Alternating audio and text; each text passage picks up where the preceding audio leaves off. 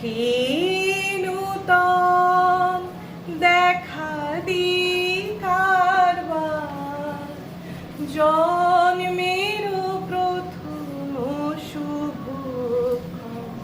হে নূতন ব্যক্ত হোক জীবনের জয়, ব্যক্ত হোক তোমার মাঝে অসীমের চিরবিস্ময়।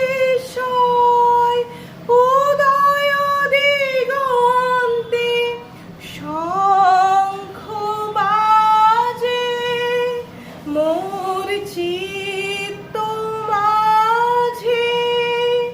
উদয় দিগন্তে শঙ্খ বাজে, মোর চিত্ত মাঝে। 25শে বৈশাখ হে নূতন। ব্যাস, আজকে কবিগুরুর জন্মদিন, এর থেকে বেশি কিছু আমার তার কাছে বলার নেই।